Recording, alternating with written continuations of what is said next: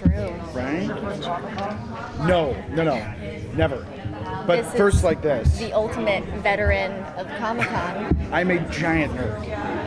Yeah, no, I've been coming to Comic-Con for a long time. I used to do coverage for another outlet years and years ago. But it's not my first con.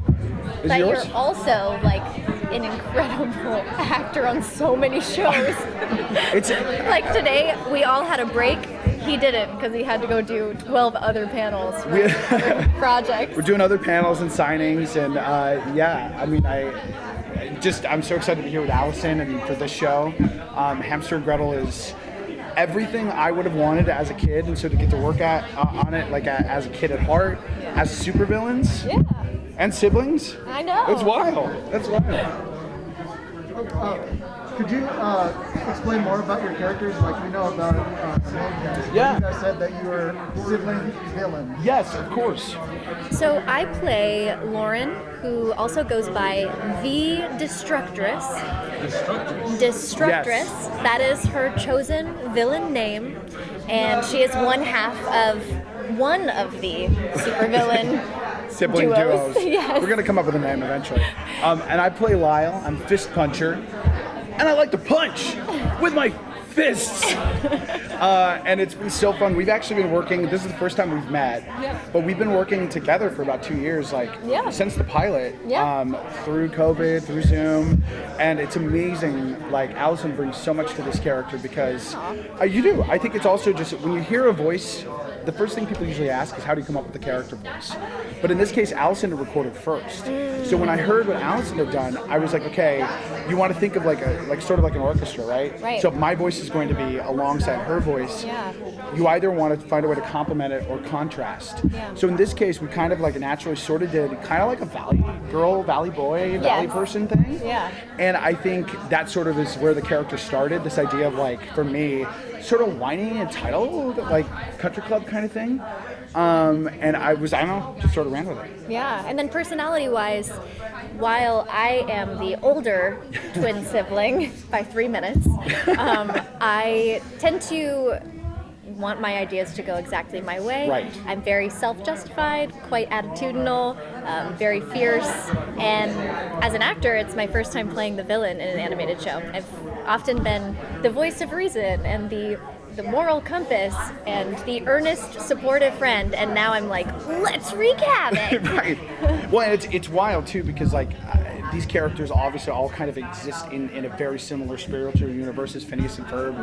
And to see Dan's take on superheroes, and I think I'm a huge Marvel fan. I'm wearing my Marvel stuff here, and I was excited because I was doing the math the other night. I was like, oh, we're technically in the Marvel universe, technically, because Tell me more. Hamster and Gretel exist in the universe with Phineas and Ferb and Milo Murphy's Law, the other Dan and Swampy projects. Phineas and Ferb met the Marvel characters. Thus, conceptually, I would say At least adjacent. There is some multiverse of the Marvel universe that we would also dwell in, which is awesome. This is going to be the big reveal of the Marvel film. I know, that's it. Sorry, Kevin Feige's right. Come on here, Kevin. We are the reveal. We are the reveal. We kind of, I guess, like we would sort of be like a Scarlet Witch or Quicksilver variant, you know? They were brothers. Lyle is attitude with no substance. He's a blunt force, and I think for me, like especially working with Dan, those are the things he lets me kind of do the most. When I was getting started, I was a voice of the Kool-Aid Man, so I literally punching and oh yeah. So to get back into the smashing, it just feels right, and punching, you know. How did you create the chemistry of twins when you had just met basically now? That's a great That's question. a great question, and I think it speaks a lot to the writing and us having experience working with Dan and some of the people on the team, because there's a similar sensibility in terms of humor and cadence with the script, but then there's also this beautiful way that Dan allows actors to bring their humanity, and you know, we'll have to give we'll have to give the actors some credit that by now we should be decent Right, yeah. at being able to hear cadence, hear choices, Right. and play off of them and make intelligent decisions in the moment. But we're set up for success because Dan has such a strong point of view in animation, and we've had decades of experience working with him. Right. And so it's been really interesting for me to have not known anything about you at all as a human, Right. like face to face. Yeah. But you know, we actually just during some of the preparatory calls for this learned that we have some similar sensibilities just on a human level. There's some very similar human stuff, which is really cool because I think we can now bring that into the show more. yeah, but we're also definitely playing characters that are super opposite of who we are. Yes, I hope Yeah, so. no, yeah. I don't have super strength, so I can't throw yachts that I know of. Not that I know of yet. There's Wade represents readers, 21 million readers for Scholastic Kids Press. They all want to know about the voices besides time. Sure, of course. Voices. Just quickly tell these kids how Absolutely. exciting it is and that you're real people behind their Sure, cartoons. absolutely. Sure. Do you want to go first? Yeah.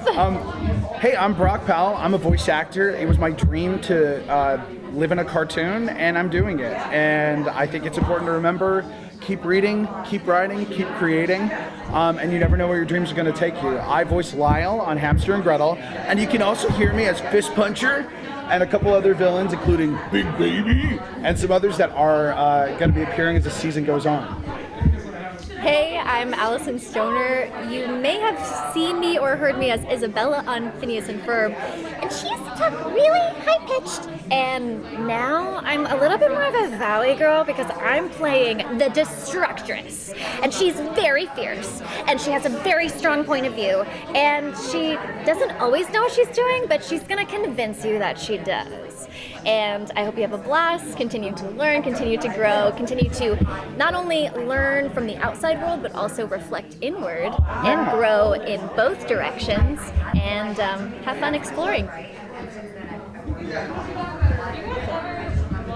they record you guys and do you guys get to watch yourself? So just like watching the character transform, like obviously verbally, but non-verbally, like showed off, like you became a person. You did all this information. So have you ever watched yourself and you're like, wow, I did not expect myself. I'm constantly mortified when I'm filmed.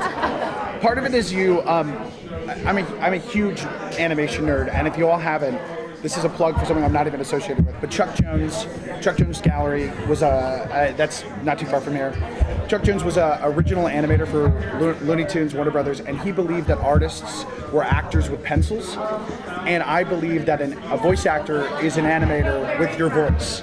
So I try to visualize, because typically they'll record us first, so I try to think physically what the sound is doing, and the easiest way to produce that is by physically mimicking the action. Right. So if I'm throwing in a cartoon, just instinctively, I'm gonna put my body into it. Or if a character, and that's where I start usually, is if I look at the picture and I notice your character, big frown, well, I'm gonna match that, because that now the sound's gonna sort of connect. And I would say my thing is when I teach people and kids how to do voiceover, it's like baseball. So when you throw a little baseball, you're not thinking of how far it is. Your muscles kind of just go in line. So visualizing and putting your body into it is super, super important.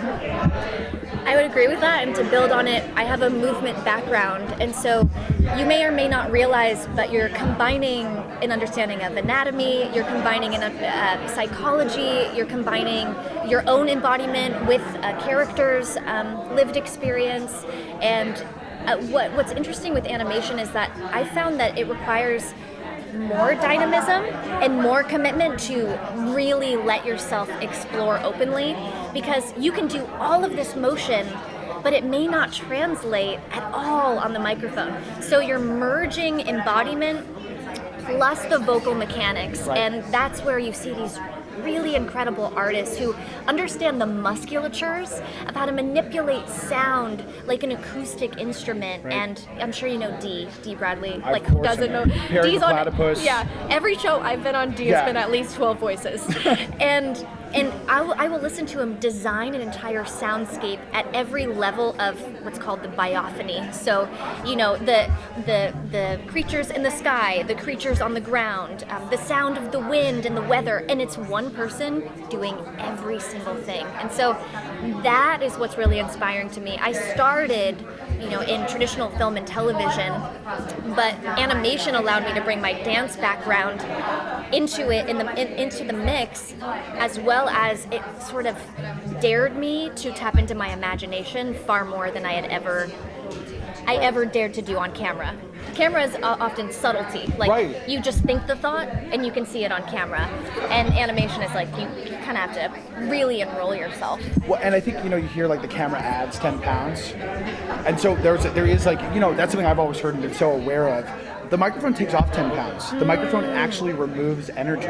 So when you're recording, you actually have to think of, I think I'm giving it my all when I'm throwing a punch. But then you'll hear it back and it sounds like, so you really have to put your body into it and imagine those things. And it's just amazing to watch these actors work. And I think too, as non-binary, I'm a non-binary actor, and I think that as an artist, it's so cool to not be limited by what a character looks like. Yes. And that knowing that the sound comes from the creative and the heart, and it's just really cool to be free of that. And especially someone who I occupy a large space. I'm 6'4", I'm a big presence. But the characters I love to play are little characters. So I work on Mickey Mouse Funhouse. I play Teddy the Doghouse opposite Harvey Guillen, and I get to do these little, like tiny little dog sound effects and be cute and adorable. It's just fun to not be limited. I love that. I also identify as non-binary, and that's such a beautiful way of expressing. Like, we get to be multidimensional in ways that we wouldn't be afforded for an on-camera role. For sure. And again, I think too, it's really cool because like being able to just be ourselves, and then that idea of what the non-binary sounds like. Yeah. And that it doesn't have a sound. Right. And I think that's really cool. Yeah.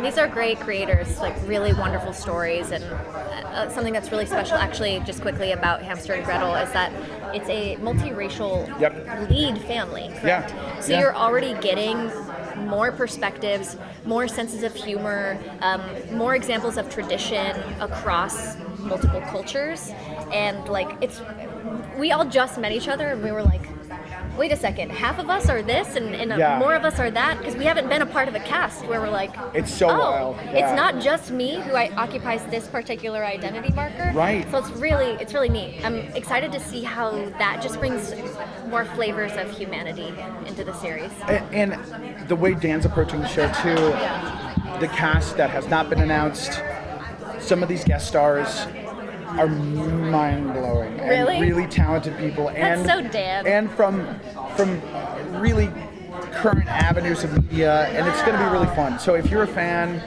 of Dan's shows and you're a fan of cartoons and superheroes, like, I honestly, when I talk about the show, I'm like, I don't know how you're not going to like it, because it has like a triple, three-prong fandom. Yeah, true. We have fun, and I hope that comes up. And thank you, your thoughtful questions. Did you have anyone else have one, or? Good, cool.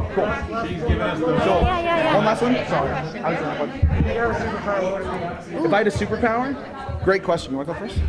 My superpower would be telekinesis, because, go with me for a second, I believe with my own two eyes that I did witness a young person exhibit telekinetic powers, and therefore, if I see it, I am going to learn how to do it myself. So, let me know if anyone wants to join. We actually had talked about this as a cast. Shape-shifting. My favorite superheroes were Beast Boy, Mystique. I love the characters that could be anybody. And again, I was sort of like Clayface, and it was just kind of that realization, like, oh, I am a shapeshifter professionally. Like, I kind of do have that superpower. And so there's your answer. Yeah. And now you want to do it with matter. And now I want to do it with matter. Thank you. Thank you so much. Take care. Thank you.